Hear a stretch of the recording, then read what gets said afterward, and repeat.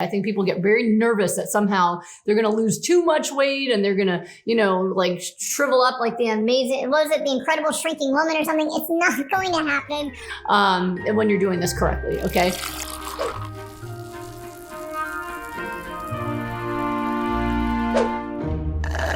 How do I avoid losing weight? So people have this question a lot, and I suggest that you look through my YouTube on this because I've gone into a lot of detail on this.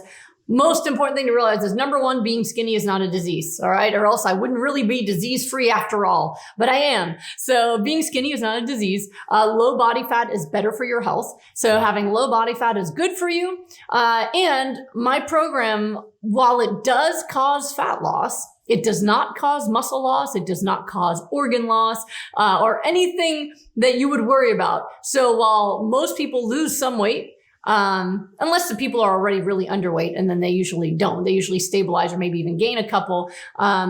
You will, if you lose any, it will be body fat. That's what you lose. There are people who are so scared that they're losing muscle. You lose muscle through inactivity. So if you're not exercising, you will lose muscle. If you're barely moving off your couch or your bed, you'll lose muscle. But hyper-nourishment doesn't cause muscle loss, but it does cause fat loss. So you can get really ripped and shredded, low body fat.